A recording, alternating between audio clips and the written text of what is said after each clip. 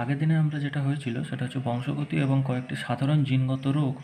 তো এর প্রধান যে অংশগুলো আমরা পড়েছিলাম তাদের মধ্যে কী কী ছিল না, তাদের মধ্যে যারা ছিল তাদের মধ্যে আমরা পড়েছিলাম বিভিন্ন বৈশিষ্ট্যগুলো, যেমন ধরো অ্যালিল কী, অ্যালিলোমর্ফ কী, এরকম কিছু বৈশিষ্ট্য পড়েছিলাম।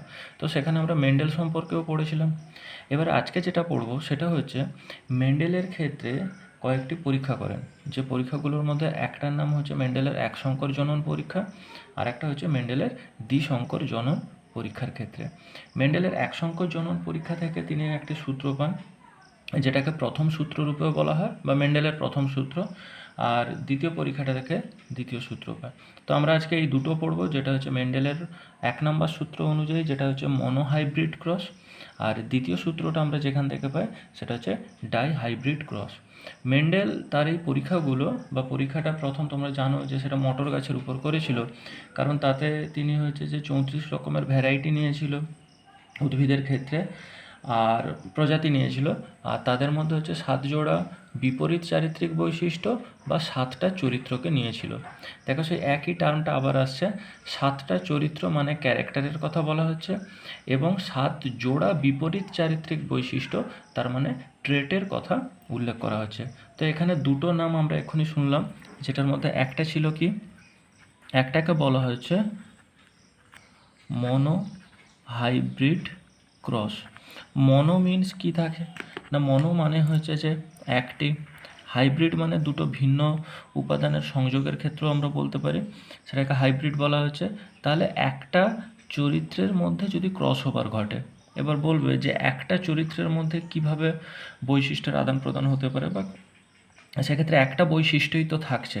তো এক্ষেত্রে একটা বৈশিষ্ট্য মানে বোঝানো হচ্ছে যে দুটি ট্রেটের কথা বলা হচ্ছে।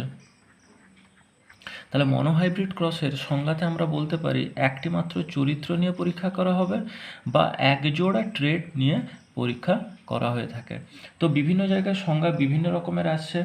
তো আমরা যদি কিছু সংজ্ঞার ক্ষেত্রে দেখি, হয়তো দেখব সেখানে যে এক জোড়া বিপরীত চারিত্রিক বৈশিষ্ট্য সম্পন্ন একই প্রজাতির দুটি জীবের মধ্যে সংকরায়ন ঘটানোকে কি বলা হচ্ছে, মনোহাইব্রিড ক্রসের ক্ষেত্রে।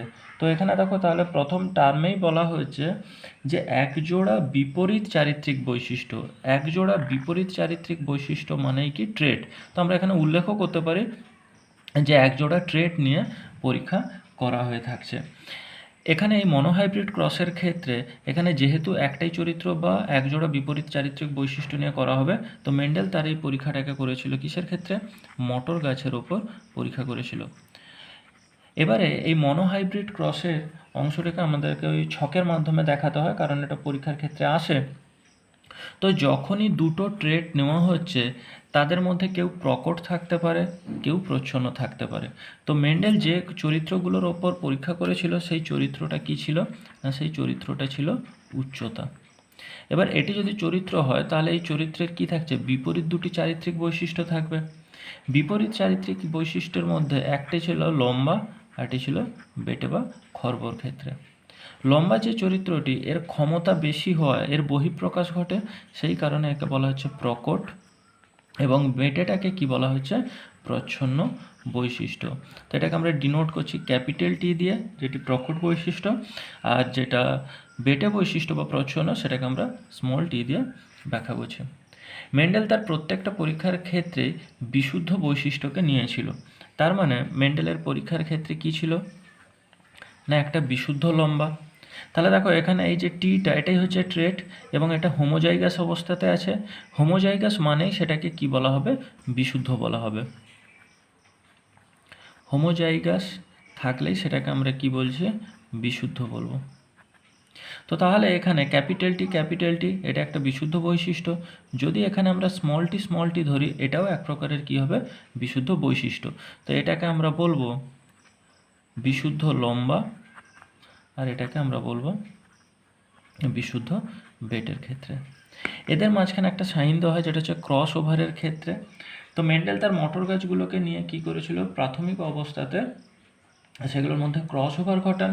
ক্রস ওভার ঘটানোর আগে আমরা এখানে আরও কয়েকটা জিনিস দেখব, সেটা যেহেতু এদের মধ্যে পরীক্ষা করা হচ্ছে অতএব এদেরকেই আমরা জনিত্রী হিসেবে ধরবো, সেই কারণে এখানে আমরা কি লিখলাম, পি টার্মটাকে ইউজ করলাম, যেটাকে বলা হচ্ছে কি পেরেন্টাল অংশরূপে বলা হয়ে থাকে। এবার এই পেরেন্টালের ক্ষেত্রে আমরা তাহলে দেখছি কি যে বিপরীত চারিত্রিক বৈশিষ্ট্যদের মধ্যে ক্রস ওভার ঘটছে। এই ক্রস ওভারের ফলে এখানে উৎপন্ন হবে কি না অপত্য তৈরি হবে। এবারে আসছে প্রশ্ন যে এখানে তাহলে নতুন যে অপত্য তৈরি হবে তাদের ক্ষেত্রে আমরা কিভাবে লিখব। তো দেখো বিশুদ্ধ বৈশিষ্ট্য যখনই লিখছি তাহলে এক্ষেত্রে কি ক্যাপিটাল টি। তো এটাকেই আমরা যদি ডিপ্লয়েড অবস্থায় ধরি তাহলে গ্যামেট উৎপাদনের ক্ষেত্রে সেটা কি হবে, হাফ হয়ে যাবে। তাহলে এক্ষেত্রে একটাই মাত্র বিপরীত চারিত্রিক বৈশিষ্ট্য আসছে, যেটা কি স্মল টি। তো তাহলে বিশুদ্ধ বেটের ক্ষেত্রেও একই রকম আসবে, যেখানে কি হবে একটাই মাত্র স্মল টি আসবে। তো তাহলে ক্যাপিটাল টি এবং স্মল টি এই দুটো গ্যামেট যখন পরস্পরের মধ্যে ক্রস ওভার করবে তার ফলে যে উৎপন্ন হবে সেটি কি থাকছে, একটা ক্যাপিটাল টি এবং একটি স্মল টি। তো প্রশ্ন এরা কি প্রকৃতির হবে। দেখো আগেই বলেছি যদি বিশুদ্ধ হতো তাহলে একই রকম থাকবে, মানে হোমোজাইগাস হবে, কিন্তু এরা হেটেরোজাইগাস, তার মানে এরা কখনোই বিশুদ্ধ না, এরা হচ্ছে সংকর প্রকৃতির। এবারে প্রশ্ন আসছে যে কোন বৈশিষ্ট্যের বহিঃপ্রকাশ ঘটবে। তো দেখো এটাও আমরা আগে জেনেছি প্রকট বৈশিষ্ট্য সবসময় কি করে বহিঃপ্রকাশ ঘটায়, কখন না যখন তারা হেটেরোজাইগাস অবস্থাতে থাকে। তো হেটেরোজাইগাস অবস্থায় থাকার জন্য এখানে কি হবে, ক্যাপিটাল টির বৈশিষ্ট্যের বহিঃপ্রকাশ ঘটবে। তো এক্ষেত্রে এটাকে আমরা কি বলবো, এটাকে F1 বলবো। F1 মানে ফিলিয়াল মানে অপত্য। 1 কেন না, তার কারণ প্রথম অপত্য উৎপন্ন হয়েছে বলে। এবারে এই অপত্যটাকে আমরা কি বলছি, তাহলে F1 বলছি, এবং এটার বৈশিষ্ট্য কি হবে না, এটার বৈশিষ্ট্য হবে শঙ্কর লম্বা। এবার কোশ্চেন থাকতে পারে যে কেন তোমরা হয়তো তোমাদের অনেকের কোশ্চেন থাকতে পারে এরকম যে স্মলটির বৈশিষ্ট্য তো আসলো না, সেটা তো বেটে, সেটা আমরা লিখছি না কেন। তার কারণ দেখো প্রকট প্রচ্ছন্নর সূত্রতেই আমরা পড়েছি হেটারোজাইগাস অবস্থায় যে বৈশিষ্ট্যের বহিঃপ্রকাশ ঘটবে সেটি প্রকট। তো দেখো এখানে হেটারোজাইগাস অবস্থাতে আছে এবং এখানে প্রকটের ক্ষমতা বেশি, যে কারণে প্রচ্ছন্নের বহিঃপ্রকাশ ঘটছে না। সেই জন্য এই F1 উৎপন্ন অপত্যটার কি আসছে না, এটাকে আমরা বলছি শঙ্কর লম্বা। তো F1 এর ক্ষেত্রে শুধুমাত্র যে একটি অপত্য উৎপন্ন হয় এরকম নয়, এখানে প্রচুর পরিমাণে কি হয় অপত্য উৎপন্ন হয়ে থাকে। এবারে যে সমস্ত অপত্যগুলো উৎপন্ন হয়ে থাকে F1 এর ক্ষেত্রে, সেই F1 উৎপন্ন অপত্যগুলোর মধ্যে কি ঘটানো হবে না, এখানে ঘটানো হবে স্বপরাগযোগ। তো তোমাদের কোশ্চেন থাকতে পারে যে আগেরটার ক্ষেত্রে কি হয়েছিল। তো আগেরটার ক্ষেত্রে এখানে যেটা ঘটেছিল সেটা হচ্ছে যে ইতর পরাগযোগ। কারণ দেখো এরা দুজন আলাদা আলাদা জনিত্রী থেকে আসতে পারে, আলাদা আলাদা প্রজাতির উদ্ভিদের থেকেও আসতে পারে, সেই জন্য ওটাকে কি বলা হচ্ছে ইতর পরাগযোগ। মূলত হচ্ছে যে আলাদা আলাদা বৈশিষ্ট্য থাকার জন্য এবং আলাদা অপত্য থেকে বা বিপরীত বৈশিষ্ট্যগুলো বিভিন্ন জনিত্রী থেকে আসতে পারে, সেই কারণে এটাকে আমরা বলছি এখানে ইতর পরাগযোগ। কিন্তু F1 যারা উৎপন্ন হলো এরকম অসংখ্য পরিমাণে অপত্য তৈরি হতে পারে, এদের মধ্যে যখন সংকরায়ন ঘটানো হবে সেটাকে আমরা তখন কি বলছি, স্বপরাগযোগ। তো আমরা তাহলে F1 দুটো অপত্যকে আমরা এইভাবে লিখতে পারি। তো এটা F1 উৎপন্ন কি আসছে, গ্যামেট। আচ্ছা এখানেও আমাদের একটা লিখে দেওয়া উচিত, সেটা হচ্ছে গ্যামেটের ক্ষেত্রে। তো F1 উৎপন্ন যারা হলো, তো এখান থেকে কি হবে, গ্যামেট উৎপন্ন হবে। এবারে প্রশ্ন, আগের বারে দেখো 2n সমান একটাই এসছিল, কারণ কি পুরো বৈশিষ্ট্যটা একই ছিল টি, কিন্তু এখানে দেখো আলাদা আলাদা প্রকৃতির, তার মানে এখানে গ্যামেটের ভ্যারাইটি আমরা দু রকমের পেতে পারি, একটা ক্যাপিটাল টিও হতে পারে গ্যামেট, স্মল টিও হতে পারে। তাহলে এদের ক্ষেত্রেও একই হতে পারে, ক্যাপিটাল টিও হতে পারে, স্মল টিও হতে পারে। এটাকে আমরা বলবো F1 গ্যামেটের ক্ষেত্রে। এরপরে যে অংশটা আমরা দেখব সেটা হচ্ছে চেকার বোর্ডের মাধ্যমে। তো আমরা এমনিও বইয়ের ক্ষেত্রেও করতে পারি এটাকে ক্রস ওভারের ক্ষেত্রে, কিন্তু আমরা চেকার বোর্ডটাকে প্রেফার করব। বিজ্ঞানী পানেটের ক্ষেত্রে এটা আবিষ্কার করেন, বা বিজ্ঞানী পানেট এটা আবিষ্কার করেন বলে এটাকে হচ্ছে পানেট স্কোয়ারও বলা হয়ে থাকে। তো আমরা এখানে চেকার বোর্ড বা পানেট স্কোয়ার বলবো। তো এখানে দেখো যে কোনো একটা অংশকে আমরা কি হিসেবে ধরতে পারি, পুরুষ হিসেবে ধরতে পারি গ্যামেটগুলোকে, আর বাকি গ্যামেটগুলোকে আমরা কি হিসেবে ধরতে পারি, স্ত্রী হিসেবেও এখানে ধরতে পারি। চেকার বোর্ডের ক্ষেত্রে একদিকে আমরা পুরুষের সাইন দেবো, আরেক দিকে কী দেবো, স্ত্রীর সাইন দেবো। স্ত্রীর সাইনের ক্ষেত্রে ও লিখে তার তলায় প্লাস, এটা আয়নাকে ডিনোট করে, সেই কারণে এটা হচ্ছে মহিলাদের ক্ষেত্রে, যেটা হচ্ছে যে ওই গ্রিসের সৌন্দর্যের দেবতার ক্ষেত্রে, তো তার ক্ষেত্রে অনুযায়ী এটা এসছে যে জিরোর তলায় প্লাস থাকলে সেটা হচ্ছে যে মহিলার ক্ষেত্রে, কারণ ওই মহিলার আয়নার ক্ষেত্রে এরকম গঠন ছিল। ওর পরে যেটা সেটা পুরুষদের ক্ষেত্রে যেটা আসছে সেটা হচ্ছে বর্ষা চিহ্ন থাকছে, যেটার মাধ্যমে পুরুষদেরকে বোঝানো হয়ে থাকে। আচ্ছা, এবারে কি দেখব না, এবারে দেখব ধরো যেহেতু এই দিকে পুরুষের অংশ আছে, তাহলে পুরুষের গ্যামেটগুলোকে লিখবো, অর্থাৎ ক্যাপিটাল টি, আর এদিকে থাকছে স্মল টি। এখানে কাদেরকে লিখবো না, যেহেতু মহিলাদের, অত মহিলাদের ক্ষেত্রে এখানে দুটো গ্যামেট তৈরি হচ্ছে, দুটো প্রকারের গ্যামেট তৈরি হচ্ছে, সংখ্যায় তো অনেক হতেই পারে। এবারে আসছি এদের মধ্যে আমরা যোগ করব যে এদের অপত্য কীভাবে হয়। দেখো এখান থেকে টি এই ঘরে বসবে, ওপর থেকে টি এই ঘরে নামবে, এটাতে কি হবে না স্মল টি এই ঘরে, এখানে তাহলে কী হবে ক্যাপিটাল টি। এখানেও একই রকম, ওপর থেকে ক্যাপিটাল টি, এরপরে স্মল টি, আর এখানে দুটো স্মল টি। প্রশ্ন থাকতে পারে, তোমরা করতে পারো, যেটা হচ্ছে যে কেন আমরা স্মল টিকে আগে লিখলাম না, যেহেতু প্রচ্ছন্ন তো সেই জন্য প্রকটটাকে আগে লিখলে কি হয়, আমাদের বুঝতেও সুবিধা হবে যে এটার ফিনোটাইপ কী প্রকারের হয়ে থাকবে। তো এই গেল তাহলে কি F2 জনু। কারণ দেখো এখানে কি হয়েছিল না, এটা প্যারেন্টাল ছিল, সেখান থেকে যারা উৎপন্ন হয়েছিল তারা F1 এর মধ্যে যখন স্বপরাগযোগ ঘটানো হলো, সেখান থেকে যারা তৈরি হবে তারা হচ্ছে F2। তো এই F2-র ক্ষেত্রে উৎপন্ন হওয়ার পরে এদের মধ্যে থেকে আমরা কি বের করব, ফিনোটাইপ এবং জিনোটাইপের ক্ষেত্রে এদের মধ্যে থেকে আমরা ফিনোটাইপ এবং জিনোটাইপ বের করব। তো প্রথমে আমরা যদি ফিনোটাইপ ধরি, ফিনোটাইপ মানে যে যে বৈশিষ্ট্যের বহিঃপ্রকাশ ঘটছে, সে বা যেটাকে আমরা দেখতে পাবো বাইরে থেকে, সেটাকে আমরা ফিনোটাইপ বলছি। তো দেখো এখানে কি আছে, ক্যাপিটাল টি আছে, তার মানে প্রকট বৈশিষ্ট্যেরই বহিঃপ্রকাশ ঘটবে। এখানেও কি দেখো একটা হলেও ক্যাপিটাল টি আছে, তার মানে প্রকটেরই বহিঃপ্রকাশ। এখানেও প্রকটের বহিঃপ্রকাশ, শুধুমাত্র এখানে দেখো কোনো প্রকট নেই, দুটোই প্রচ্ছন্ন, তার মানে এখানে প্রচ্ছন্ন বৈশিষ্ট্যের বহিঃপ্রকাশ হয়। ফিনোটাইপ অনুপাত সবসময় কি হয়, প্রকট অনুপাত প্রচ্ছন্ন হয়। তার মানে প্রকট বৈশিষ্ট্য এখানে কি ছিল না, এখানে ছিল লম্বা, আর প্রচ্ছন্ন বৈশিষ্ট্য কি ছিল, বেটে। তাহলে লম্বা কতগুলো, দেখো এটা লম্বা হবে, এটা লম্বা, আর এটার ক্ষেত্রে কি আসছে বেটে। তাহলে লম্বা কতজন, 3 জন, বেটে কতজন, 1 জন। তাহলে অনুপাত কত হচ্ছে ফিনোটাইপের, সেটা হলো 3:1 অনুপাত। এবারে আসছে জিনোটাইপ। আচ্ছা, এটা অনুপাত, ফিনোটাইপ মানে কিন্তু হচ্ছে সবসময় কি না, যে বৈশিষ্ট্যের বহিঃপ্রকাশ ঘটছে সেটাকে ফিনোটাইপ বলা হয়, বা ফিনোটাইপ বৈশিষ্ট্য, আর তার অনুপাতটা হচ্ছে এটা। তাহলে এটা এক সংকর জনরের ফিনোটাইপ অনুপাত হলো 3:1, মানে লম্বা ইস্টু বেটে। এবারে আসছি জিনোটাইপ অনুপাত কত হবে। জিনোটাইপ মানে দেখো ফিনোটাইপের ক্ষেত্রে এখানে আমরা কি করেছি, এটাকে শুধু আমরা লম্বা ধরেছি, এটা বিশুদ্ধ লম্বা নাকি সংকর লম্বা এগুলো কিন্তু আমরা কিছুই ধরিনি, ঠিক আছে। এই বিশুদ্ধ বা সংকর কথাটা আসা মানেই তখন হয়ে যাবে কি না, সেটা জিনোটাইপে চলে যাবে। তো দেখো এরা হোমোজাইগাস অবস্থায় আছে, দুটোই ক্যাপিটাল টি, তার মানে এটা কি হবে, বিশুদ্ধ লম্বা। এখানের ক্ষেত্রে কি আছে দেখো, ক্যাপিটাল টি স্মল টি, তার মানে এখানে প্রকটের বহিঃপ্রকাশ ঘটছে লম্বা ঠিকই, কিন্তু প্রচ্ছন্ন বৈশিষ্ট্য আছে, সেই কারণে এটা যেহেতু মিশ্রণ হবে কি সংকর লম্বা। এখানেও দেখো দুটোই আছে, তাহলে এটাও হবে কি সংকর লম্বা। এখানে দেখো দুটোই প্রচ্ছন্ন, তার মানে এটা হবে বিশুদ্ধ বেটের ক্ষেত্রে। এবারে তাহলে এখানে জিনোটাইপ কি হবে না, দেখো এখানে জিনোটাইপ তাহলে আমরা 3টে লিখব কি না, এক হচ্ছে বিশুদ্ধ লম্বা, তারপরে লিখব সংকর লম্বা, আর সবার শেষে লিখব বিশুদ্ধ বেটে। দেখো এর বাইরে কিন্তু আর কোনো বৈশিষ্ট্য নেই, তাহলে বিশুদ্ধ লম্বা কটা হবে, একটা, সংকর লম্বা কটা হবে, দুটো, আর বিশুদ্ধ বেটে কটা হবে, একটা। তাহলে এক সংকর জননের ক্ষেত্রে বা মনোহাইব্রিড ক্রসে জিনোটাইপ অনুপাত কত হবে, 1:2:1 এর ক্ষেত্রে, ঠিক আছে। তাহলে এটা গেল কি আসছে মেন্ডেলের এক সংকর জনন পরীক্ষার ক্ষেত্রে। তো তাহলে প্রথম থেকে আমরা একবার রিভিশন যদি দেই তাহলে কি দেখো না, দেখো মনোহাইব্রিড ক্রসের ক্ষেত্রে একটা বৈশিষ্ট্য বা দুটো ট্রেটকে নেওয়া হচ্ছে। তো মেন্ডেল তার পরীক্ষা কার উপর করেছিল, মটর গাছের ক্ষেত্রে। তো মটর গাছের ক্ষেত্রে এখানে আমরা কোন চরিত্রের ওপর পরীক্ষাটা করছি না, সেটা হচ্ছে উচ্চতা।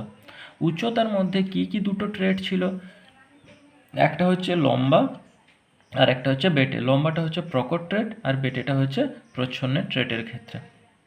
লম্বাটাকে ডিনোট করা হয়েছে কি দিয়ে? Capital T. প্রচ্ছন্নটাকে ডিনোট করা হয়েছে কি?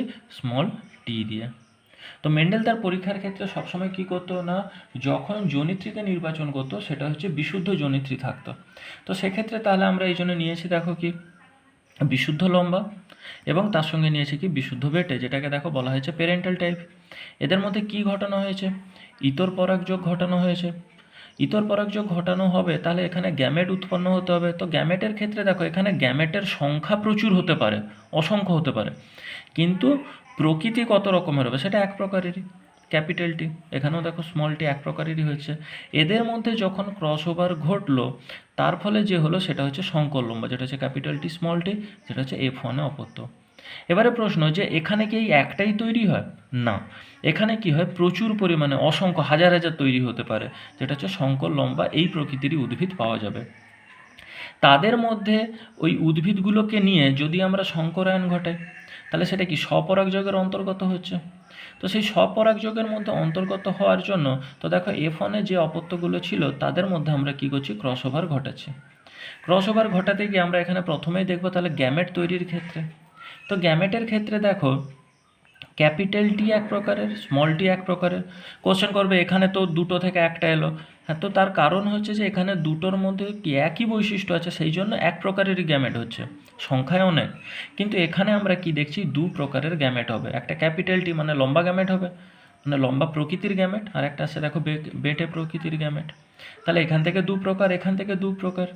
তো এই চারটে গ্যামেটের মধ্যে এবার কি হলো? ক্রস ওভার গেল। ক্রস ওভারটাকে আমরা কিসের মাধ্যমে বলছি? চেকার বোর্ড বা পানেট স্কোয়ারের মাধ্যমে দেখাচ্ছি। তো সেখানে জিরোতে তীর চিহ্ন থাকলে সেটা হচ্ছে পুরুষ বোঝানোর জন্য, আর জিরোতে প্লাস মানে স্ত্রী বোঝানোর জন্য। তো এর ফলে যখন ক্রস ওভার ঘটে যে অপত্য চারটে তৈরি হলো তাদেরকে আমরা F2 বলছি। এবারে দেখো এখানে চারটে তো নয়, এটা চেকার বোর্ডের মাধ্যমে কত ভ্যারাইটির পাওয়া যায় সেটা বের করার জন্য। সংখ্যা হাজার হাজার হতে পারে, কিন্তু ভ্যারাইটি এই চারটে ভ্যারাইটির বাইরে আর কোনো ভ্যারাইটি কিন্তু এখানে পাওয়া যাবে না। এবারে এই চারটে ভ্যারাইটির মধ্যে আমাদেরকে ফিনোটাইপ বের করতে হবে। ফিনোটাইপ মানেই আসছে প্রকট ইস্টু প্রচ্ছন্ন এখানে। তো তাদের মধ্যে একটা ফিনোটাইপে কী ছিল? লম্বা বৈশিষ্ট্য ছিল, আর একটা কী ছিল? বেটে। সেই অনুপাতে আমরা বের করলাম 3:1, এবং তাদের জিনোটাইপ অনুযায়ী আমরা কী পাচ্ছি? 1:2:1 এর ক্ষেত্রে। ঠিক এই একই প্রসেস অনুযায়ী মেন্ডেলের আরও একটা পরীক্ষা করেন, যেটা হচ্ছে গিনিপিগের ওপর। সেটাও ঠিক একই রকমের থাকছে, শুধু সেক্ষেত্রে যে বৈশিষ্ট্যগুলো থাকছে, যেমন আমরা এখানে লম্বাকে টি হিসেবে ধরেছি, সেখানে আমরা কালো লোমযুক্তর ক্ষেত্রে সেটাকে ক্যাপিটাল বি, আর হচ্ছে সাদা লোমের ক্ষেত্রে আমরা কি ধরেছি? স্মল বি হিসেবে আমরা দেখব। তো এই দুটো পরীক্ষার মাধ্যমেই আমরা বলতে পারি এক সংকর জনন পরীক্ষার ক্ষেত্রে। তবে হ্যাঁ, এক সংকর জনন পরীক্ষা থেকে একটা সূত্র পাওয়া যায়, যেটা হচ্ছে কি মেন্ডেলের প্রথম সূত্র, বা যেটাকে বলা হচ্ছে পৃথকীভবন সূত্র বা ল অফ সেগ্রিগেশন। তো এই ল অফ সেগ্রিগেশনে আমরা যদি দেখি সংজ্ঞার ক্ষেত্রে, সেখানে বলা হচ্ছে কোনো জীবের একটি চরিত্র বা একটি চরিত্রের অন্তর্গত বিপরীত একজোড়া চারিত্রিক বৈশিষ্ট্যগুলি একসঙ্গে যোগ হলেও পরবর্তী ক্ষেত্রে গ্যামেট গঠনের সময় তারা আলাদা হয়ে যায়। তো দেখো এখানে বলা হয়েছে, দেখো দুটো চারিত্রিক বৈশিষ্ট্য থাকছে, ক্যাপিটাল টি স্মল টি, দুটো চারিত্রিক বৈশিষ্ট্য। দেখো F1-এ এরা একত্রিত হচ্ছে, মিশে যাচ্ছে না, কিন্তু এরা F1-এ কী হলো? পাশাপাশি বা একত্রিত হচ্ছে। কিন্তু একত্রিত হলেও পরবর্তী ক্ষেত্রে যখন গ্যামেট তৈরির প্রয়োজন হয়, যে যার নিজস্ব সত্তা নিয়ে দেখো আলাদা আলাদা গ্যামেট হয়। এই গ্যামেটটা মানেই কি? লম্বা বৈশিষ্ট্য। এই গ্যামেটটা মানেই বেটে বৈশিষ্ট্য। কিন্তু দেখো এখানে বেটের বৈশিষ্ট্যের কোনো বহিঃপ্রকাশই ঘটছিল না, যে কারণে সংকর লম্বা। সেই জন্য বলা হয়েছে F1-এ বৈশিষ্ট্যগুলো একসঙ্গে থাকলেও তারা মিশে যায় না, মানে কারো নিজস্ব সত্তা হারিয়ে যাচ্ছে না। সেই জন্যই পরবর্তী ক্ষেত্রে তারা গ্যামেট গঠনের সময় পরস্পরের থেকে পৃথক তো হয়, এবং যে যার স্বাধীন বৈশিষ্ট্য নিয়েই পৃথক হয়। এটাকেই বলা হচ্ছে কি প্রথম সূত্র মেন্ডেলের বা পৃথকীভবন সূত্র। মেন্ডেলের এই পৃথকীভবন সূত্র ছাড়াও এই প্রথম মনোহাইব্রিড ক্রস থেকে আরেকটা সূত্র পাওয়া যায়, যেটাকে বলা হয়েছে, যেখানে বলা হয়েছে যে প্রকটতার সূত্র রূপে বলা হয়, তবে ওটাকে খুব একটা বেশি গুরুত্ব দেওয়া হয় না। তার কারণ F1 এর ক্ষেত্রে আমরা দেখতে পাবো কি প্রকট বৈশিষ্ট্যেরই বহিঃপ্রকাশ ঘটে থাকে। তো এই জন্য এখানে প্রকটতার বৈশিষ্ট্যের বহিঃপ্রকাশ ঘটে বলে এটাকে প্রকটতার সূত্র রূপে বলে অনেকে, তবে এটাকে সাধারণত সূত্র হিসেবে ধরা হয়ে থাকে না। তো এই গেল মেন্ডেলের তাহলে কি আসছে এক সংকর জনন পদ্ধতির ক্ষেত্রে বা মনোহাইব্রিড ক্রস। এরপর আমরা যেটা পড়ব সেটা হচ্ছে ডাইহাইব্রিড ক্রস।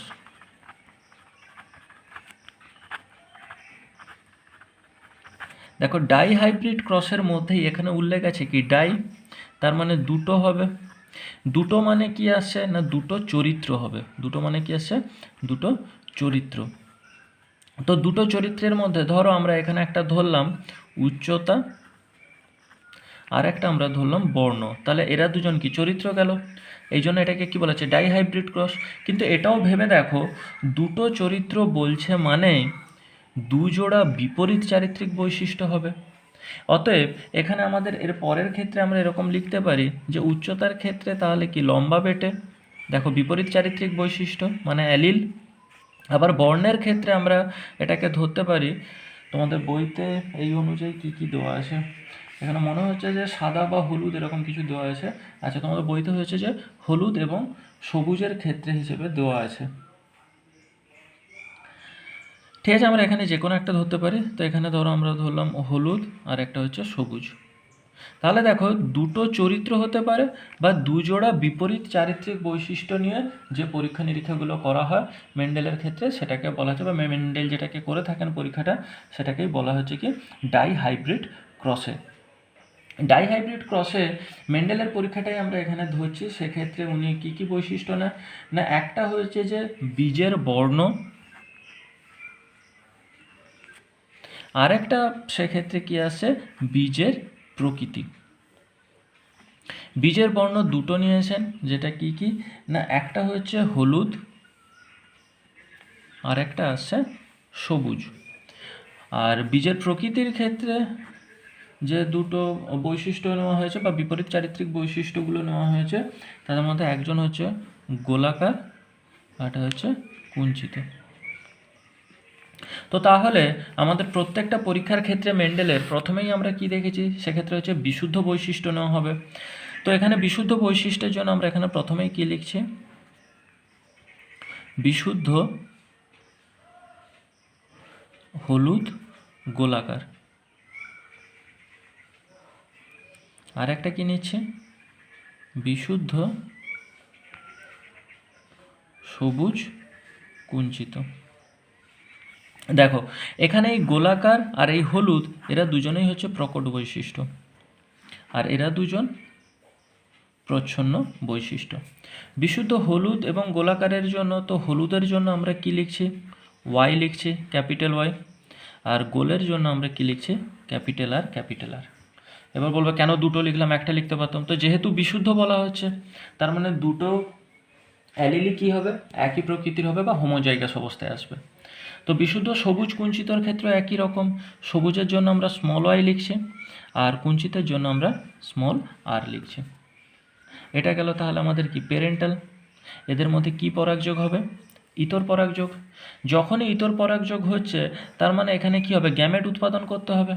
তো দেখো গ্যামেট উৎপাদনের জন্য যেহেতু ক্যাপিটাল ওয়াই তাহলে এটা একটা চরিত্র যেটাকে আমরা 2n হিসেবে ধরবো, তাহলে এর n মানে কে আসবে ওয়াই আসবে, আর ক্যাপিটাল আর তার মানে এখান থেকে আসবে আর। এটা কিন্তু একটাই গ্যামেট। এবার বলবে কেন, আগের বারে তো আমরা আলাদা আলাদা করেছিলাম, কিন্তু সেটা এক সংকর জনন ছিল, সেখানে দুটো চরিত্র তো আমরা নেইনি, সেখানে আমরা একটা চরিত্র নিয়েছিলাম, সেই জন্য একটাই এসেছিল। কিন্তু এখানে আমরা দুটো চরিত্র নেওয়ার জন্য দুটোরই একটা একটা অংশ করে আসবে, অর্থাৎ হ্যাপ্লয়েড পার্টগুলো আসবে যেটা গ্যামেট উৎপাদনের ক্ষেত্রে সাহায্য করবে। সেই জন্য এখান থেকে আসলো কে ক্যাপিটাল ওয়াই ক্যাপিটাল আর। ঠিক একই রকম এখানেও কে আসবে স্মল ওয়াই স্মল আর। এটাকে আমরা কি বললাম গ্যামেট বলছি।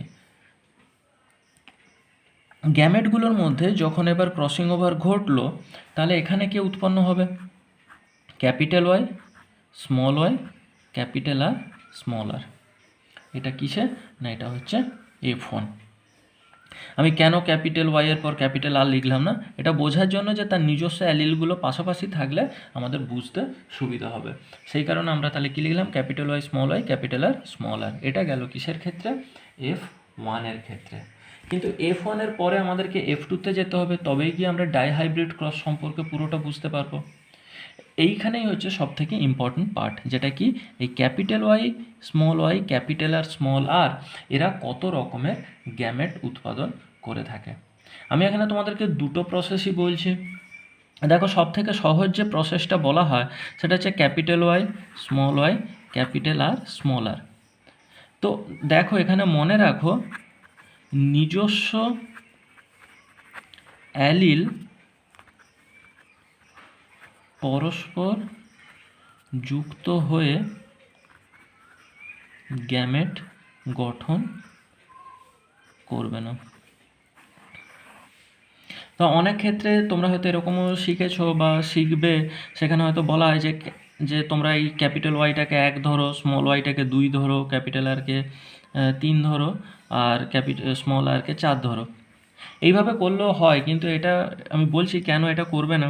তার কারণ দেখো ক্যাপিটাল ওয়াইয়ের সঙ্গে সেখানে বলে 1-এর সঙ্গে 3 ক্রস করো, 1-এর সঙ্গে 4 ক্রস করো, 2-এর সঙ্গে 3 ক্রস করো, 2-এর সঙ্গে 4 ক্রস করো। তাহলে কী হবে, ক্যাপিটাল ওয়াই ক্যাপিটাল আর একটা gamete, capital Y small R একটা gamete, small Y capital R একটা গ্যামেট, আর স্মল ওয়াই স্মল আর একটা গ্যামেট। এই 4 প্রকারের গ্যামেটই তৈরি হবে এবং এই 4টে গ্যামেটই ঠিকই আছে।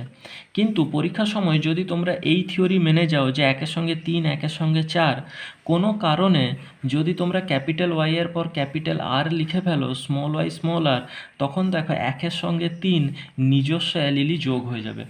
সেই জন্য তোমরা এই প্রসেসে গ্যামেট প্রসেসটাকে ফলো করবে না। তার পরিবর্তে তোমরা হচ্ছে সবথেকে সহজ, যেটা একটু টাইম কনজিউমিং কিন্তু সবথেকে সহজ, সেখানে কি না, সেখানে তোমরা প্রথমে লিখে ফেলবে ক্যাপিটাল ওয়াই, নিজস্ব অ্যালিলগুলোকে আগে লিখে ফেলবে, তারপরে তাদের প্রত্যেকের মধ্যে অন্য যে চরিত্রের অ্যালিলগুলো আছে তাদের প্রত্যেককে আবার লিখবে। তাহলে দেখো যে গ্যামেটটা, একটা হচ্ছে ক্যাপিটাল ওয়াই ক্যাপিটাল আর, একটা হচ্ছে ক্যাপিটাল ওয়াই স্মল আর, আবার এটা দেখো স্মল ওয়াই ক্যাপিটাল আর একটা আছে দেখো স্মল ওয়াই স্মল আর। এই 4 প্রকারের কি হয়, গ্যামেট উৎপন্ন হয়ে থাকে। মনে রাখো এইটাই ভালো করে, যে কোনো একটা অ্যালিল তার নিজস্ব অ্যালিলের সঙ্গে কোনো দিনই যোগ হবে না। সেই জন্য দেখো ক্যাপিটাল ওয়াই এখানে কোনো জায়গাতেই স্মল ওয়াইয়ের সঙ্গে যোগ হচ্ছে না, কিন্তু অন্য কোনো চরিত্রের মানে যেটা আর, তার যতগুলি বিপরীত চারিত্রিক বৈশিষ্ট্য আছে মানে ক্যাপিটাল আর বা স্মল আর, তাদের প্রত্যেকের সঙ্গে গিয়ে কী করছে, যুক্ত হয়ে গ্যামেট তৈরি করে।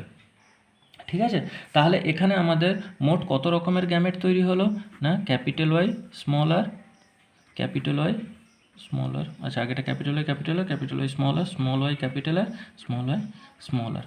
তাহলে এই 4 প্রকারের কি আসছে, গ্যামেট। দেখো এই 4 প্রকারের গ্যামেট নাকি 4টে গ্যামেট, কারণ গ্যামেটের পরিমাণ অনেক হতে পারে, এই 4 ভ্যারাইটির গ্যামেট তৈরি হলো। তাহলে এই রকম 4টে গ্যামেটের মধ্যেই কি করতে হবে না, তাহলে আবার ক্রস ওভার ঘটাতে হবে।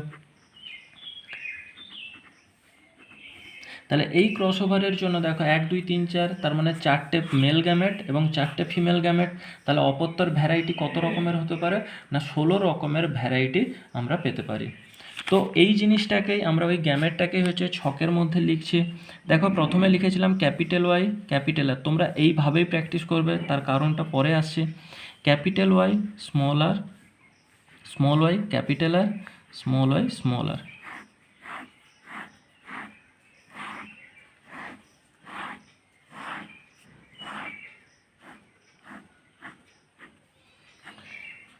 দেখো এখানে আমরা আগেই জেনেছিলাম একদিকে মেল হবে আর একদিকে কি ফিমেল। মেল সাইডে যেভাবে লিখেছো, মেলকে আমরা এদিকেও ধরতে পারি, কোনো প্রবলেম নেই, ঠিক একই রকম ফিমেল সাইডেও লিখতে হবে। তাহলে এখানেও আমরা লিখবো কি, capital Y capital R, capital Y small Y capital R একটা আছে কি স্মল ওয়াই স্মল আর।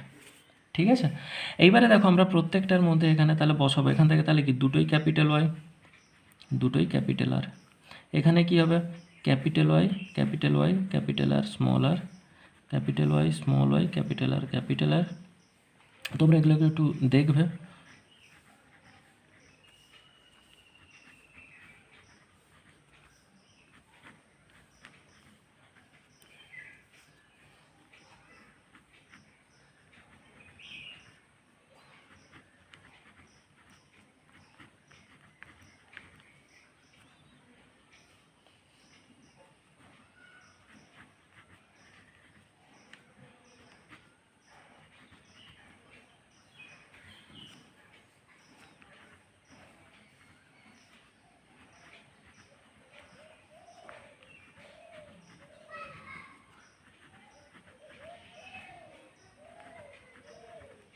দেখো মোট তাহলে কতগুলো হলো, 16 রকমের অপত্য তৈরি হচ্ছে। দেখো 1 2 3 4 5 6 7 8, তো 16টা থাকছে। তো এই 16টা ভ্যারাইটির আমরা কি পাবো, F2 পাবো। সংখ্যা অনেক হতে পারে। এবারে কেন আমি তোমাদেরকে মেল দিক থেকে যা লিখবে ফিমেল দিক থেকে একই রকম লিখবে, তার কারণ দেখো এখানে আমাদেরকেও কি করতে হবে, F2র ক্ষেত্রেও সেই একই প্রকারের জিনোটাইপ ফিনোটাইপ বের করতে হবে। তো দেখো আমরা প্রথমে লিখছি কি ফিনোটাইপ, এবার ফিনোটাইপ অনুপাতও লিখব। এবারে দেখো এখানে ফিনোটাইপ আমরা যেটা জেনেছিলাম যে যখনই কোনো প্রকট বৈশিষ্ট্য থাকবে তার বহিঃপ্রকাশ ঘটবে। তো এখানে প্রকট কে ছিল, ক্যাপিটাল ওয়াই আর ক্যাপিটাল আর।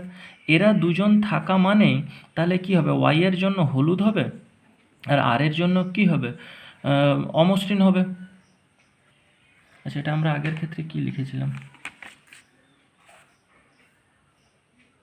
আচ্ছা না, আর এর জন্য আমরা লিখেছিলাম হচ্ছে যে গোলাকার লিখেছিলাম।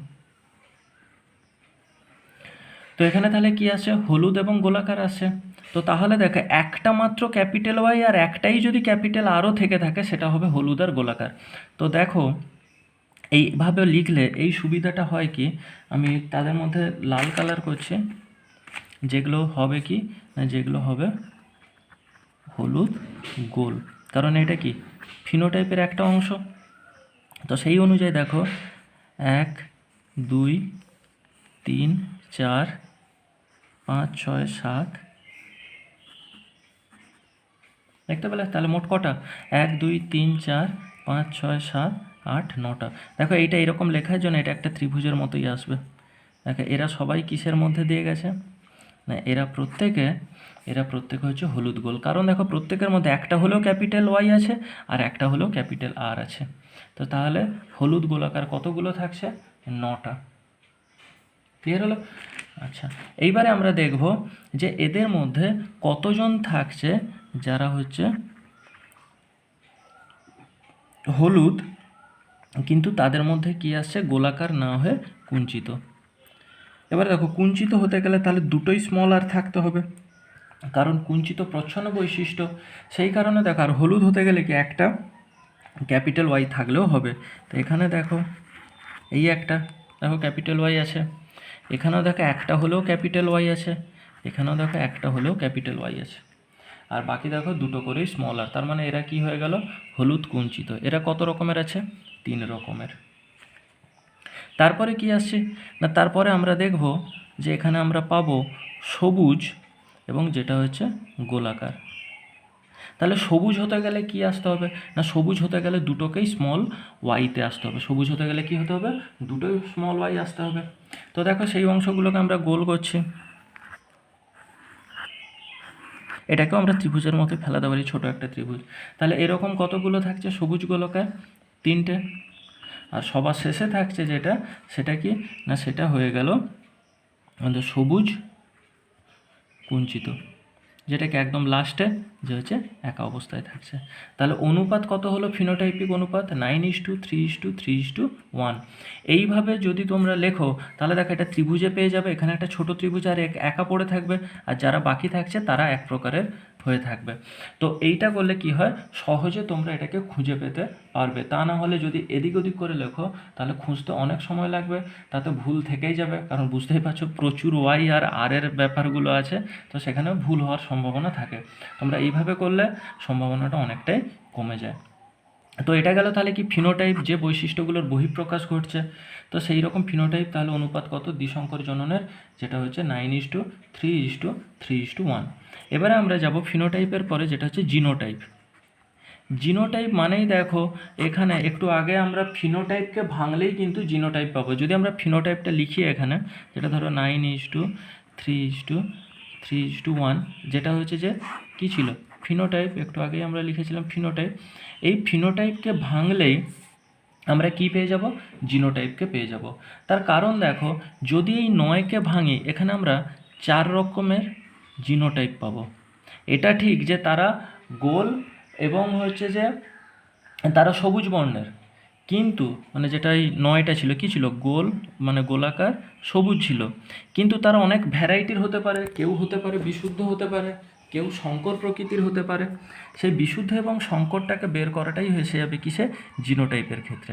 তো দেখো হলুদ গোল কতগুলো ছিল, 9টা। ছবি অনুযায়ী দেখো 1 2 3 4 5 6 7 8 9টা। এই 9 জনের মধ্যেও দেখো ভ্যারাইটি আছে। কীরকম দেখো, একজনের ক্ষেত্রে যেটা আসছে capital Y capital Y capital R capital R. একদম প্রথমে দেখো এইটা আমরা এখান থেকেই 4টেকে লিখবো। এরপরে ধরো ক্যাপিটাল ওয়াই, তারপরে আসছে ক্যাপিটাল আর স্মল আর, তারপরে কি থাকছে capital Y small Y capital R, এবং সবার শেষে যেটা থাকছে সেটা হচ্ছে capital Y small Y capital R small R. এই 4টে ভ্যারাইটি দেখো অনুপাত কত সংখ্যায় থাকছে তাও বের করতে পারবো। এই 4টে মিলেই কী হবে, মোট 9টা হবে।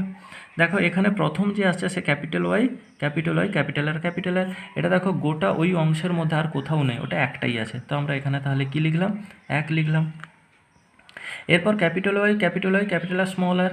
দেখো দ্বিতীয়টা, মনে রাখো এদিক থেকে যতগুলোতে যাবে এদিক থেকেও ততগুলোতেই তাকে পাবে। তাহলে এখানে দেখো 2 নম্বর ঘরে, এখানেও দেখো 2 নম্বর ঘরে, এই দুটো ছাড়া আর এখানে এরকম কেউ নেই। তাহলে এটা হয়ে গেল কি 2। তারপরে আসে দেখো capital Y small Y capital R, এখানেও দেখো 3 নম্বর ঘরে এটাই, এর বাইরে আর কেউ কিন্তু নেই। তাহলে 2। তাহলে বাকি দেখো 9-এর মধ্যে অলরেডি আমরা 5 পেয়ে গেছি, বাকি পড়ে রইল কত, 4। দেখো এই পুরো লাইনটাতেই দেখো capital Y capital R small R থাকছে। তাহলে এই হয়ে গেল আমাদের গোল সবুজের জিনোটাইপ। তো ওর পরে দেখো আমাদের যেটা কি ছিল হলুদ কুঞ্চিত, সেখানে আমরা কতগুলো পেয়েছি, 3টে। ধরো এই 3টে, তাহলে এই 3টেরও জিনোটাইপ আমরা আলাদা আলাদা কিছু পাবো। তা হ্যাঁ, এই 3টের জিনোটাইপও আমরা আলাদা আলাদা পাবো। তো এরা কী ছিল, এই বেগুনি ঘরে দেখো এখানে দেখো ক্যাপিটাল ওয়াই স্মল আর। যেহেতু কুঞ্চিত তার মানে এদের প্রত্যেকেরই হচ্ছে যে শেষের পার্টটা একই থাকছে, কারণ এটা প্রচ্ছন্ন বৈশিষ্ট্য হোমোজাইগাসে থাকবে। কিন্তু হলুদের বৈশিষ্ট্যটা দেখো আলাদা। এখানে কি ক্যাপিটাল ওয়াই, এখানে দেখো ক্যাপিটাল ওয়াই স্মল আই, এখানে দেখো ক্যাপিটাল ওয়াই স্মল আই। তার মানে 2 রকমের হবে। কি কি, একটা হবে ক্যাপিটাল ওয়াই স্মল আর, একটা হবে ক্যাপিটাল ওয়াই স্মল আর। তাহলে অনুপাত কত আসছে, 1:2 অনুপাত। তারপরের যে 3, সেখানেও দেখো 2 রকমের থাকবে। সেখানে 2 রকমের দেখো এই যে 3টে, এদের মধ্যে দেখো কি বলা হচ্ছে সবুজ গোলাকার। সবুজটা অলরেডি হচ্ছে কি প্রচ্ছন্ন বৈশিষ্ট্য, তার মানে সমস্ত ক্ষেত্রেই আমরা দেখবো স্মল আই থাকবে। কিন্তু যখনই গোলাকার হবে তখন কি একটা ক্যাপিটাল আর থাকলেই হবে। সেজন্য দেখো এখানে প্রকটে দুটোই ক্যাপিটাল আর, এটাও গোলাকার এটাও গোলাকার। তার মানে ভ্যারাইটি আর এর উপর, কারণ তাহলে আমরা পাবো কি স্মল ওয়াই ক্যাপিটাল আর একটা, আর একটা স্মল ওয়াই ক্যাপিটাল আর। তাহলে এখানেও অনুপাত কত আসছে, 1:2 অনুপাতে চলে আসছে। আর সবার শেষে 1 যেমন ছিল তেমনি থাকছে, স্মল আর। তাহলে অনুপাত কত, 1। তো তাহলে জিনোটাইপের টোটাল অনুপাত কত, মনে রাখা সহজ পদ্ধতি, 12 24 12 12 1। এবার এটা মনে তো রাখবে, কিন্তু এদের প্রত্যেকের মাঝে অনুপাত চিহ্ন বসবে। এইটা হলো জিনোটাইপ। দেখো এদের মধ্যে এরা সবাই কিন্তু যোগ করে দিলে মোট হয় 9টা। এদেরকে যোগ করে দিলে দেখো 3, এদেরকে যোগ করলেও আসছে 3, আর এটা আসছে 1। তাহলে দেখো এদের যোগফলটাই কি আসছে, ফিনোটাইপ। আর জিনোটাইপ হচ্ছে তাদেরকে ভাঙলে, তাদের চরিত্র অনুযায়ী ভাঙলে যে বৈশিষ্ট্য আসে সেটাকেই কি বলা হচ্ছে, জিনোটাইপ। তাহলে দ্বিসংকর জননের ফিনোটাইপ অনুপাত কত, 9:3:3:1। আর দ্বিসংকর জননের জিনোটাইপ অনুপাত কত আসছে, 1:2:2:1:4:1:2:1:2 অনুপাতে আসছে। তাহলে এই গেল কি দ্বিসংকর জননের ক্ষেত্রে। দ্বিসংকর জননের সবথেকে ইম্পর্টেন্ট যে জায়গাটা সেটা হচ্ছে এই F1-এ গ্যামেট তৈরির পদ্ধতি। এই পদ্ধতিতেই তোমরা করবে, কারণ এটাতেই সবথেকে কী হয়, সুবিধা হয়ে থাকে। এটাতে তাড়াতাড়ি হলেও এক্ষেত্রে বা এখানে যদি তোমরা একটু চেঞ্জ করে দাও তাহলে কিন্তু ভুল হওয়ার সম্ভাবনা থেকে যায়। তো দ্বিসংকর জনন থেকেও আমরা একটা সূত্র পাই, যেটা কি আসছে না, যেটাকে বলা হচ্ছে স্বাধীন বিন্যাসের সূত্র। দ্বিসংকর জনন থেকে আমরা যে সূত্র পাই তাকে কি বলা হচ্ছে, স্বাধীন বিন্যাসের সূত্র বা মেন্ডেলের দ্বিসংকরের সূত্র। দেখো মেন্ডেলের দ্বিসংকরের সূত্রটাও ওই এক সংকর সূত্রটাকে নিয়েই এগোবে। তার কারণ সূত্রের ক্ষেত্রে বলা হয় কোনো জীবের 2 বা ততোধিক বিপরীতধর্মী বৈশিষ্ট্যগুলো জনিত্রী থেকে অপত্যতে সঞ্চারিত হওয়ার সময় একত্রিত হয়। তো দেখো এখানেও দেখো এই যে চরিত্রগুলো কি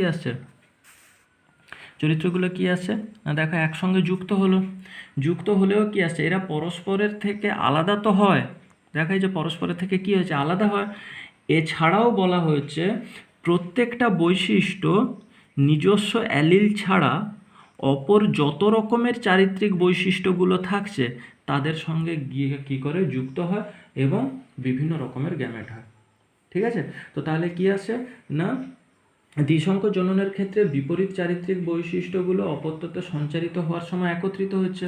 দেখো বিপরীত চারিত্রিক বৈশিষ্ট্যগুলো সব একসঙ্গে কী হচ্ছে, অবস্থান করছে। কিন্তু অবস্থান করলেও পরবর্তী ক্ষেত্রে যখন গ্যামেট তৈরি করতে যায় তখন তারা নিজস্ব অ্যালিল ছাড়া বিপরীত চরিত্রের যত অ্যালিল আছে তাদের প্রত্যেকের সঙ্গে যুক্ত হয়ে কী গঠন করছে না, গ্যামেট গঠনের ক্ষেত্রে সাহায্য করে থাকে। তো এইভাবে স্বাধীনভাবে যায় বলেই এটাকে কি বলা হয়েছে, স্বাধীন বিন্যাসের সূত্র বলা হয়ে থাকে।